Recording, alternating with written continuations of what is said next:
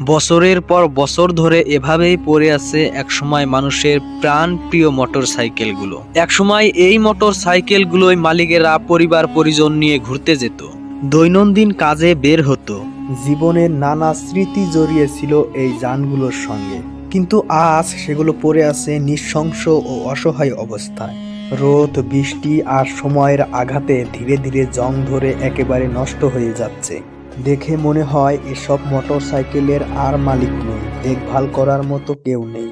কিন্তু প্রশ্ন হলো, এসব মোটর সাইকেলগুলো কেন এভাবে পরিত্যক্ত হয়ে পড়ে আছে, আর তাদের মালিকেরাই বা এখন কোথায়? এর পিছনে রয়েছে নানা কারণ। অনেক মোটর সাইকেলেরই কাগজপত্র ঠিক ছিল না, আর কিছু মোটর সাইকেল হয়তো অবৈধভাবে দেশে প্রবেশ করেছিল। আবার অনেকগুলো গুরুতর দুর্ঘটনায় পুলিশ হেফাজতে আনা হয়েছে। কিছু ক্ষেত্রে চুরি অপরাধমূলক মামলায় নিয়ে আসা হয়, আর অপরাধী গ্রেপ্তার হওয়ার পরে তার ব্যবহৃত মোটর সাইকেল থানায় এনে রাখা হয়। কিন্তু পরবর্তীতে অপরাধী জেল থেকে ছাড়া পাওয়ার পরেও মোটর সাইকেলগুলো সেভাবেই পড়ে থাকে খোলা আকাশের নিচে। ফলে রোদ বৃষ্টি সহ্য করতে করতে ধীরে ধীরে মোটর সাইকেলগুলো নষ্ট হয়ে যেতে থাকে। সরকারিভাবে এসব যানবাহনের ব্যবস্থা বহু বছর পর নেওয়া হয়, তার আগ পর্যন্ত এগুলো প্রায় অবহেলিত অবস্থায় পড়ে থাকে।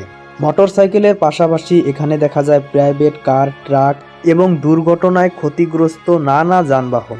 হয়তো এই যানবাহনগুলো এভাবেই পড়ে থাকবে যতদিন না সরকারিভাবে এই যানবাহনগুলোর ব্যবস্থা নেওয়া হয়। এখন আপনার কাছে আমার একটি প্রশ্ন, আপনারও কি কোনো শখের মোটর সাইকেল কোনো দুর্ঘটনায় এভাবে কোনো থানায় বছরের পর বছর পড়ে আছে?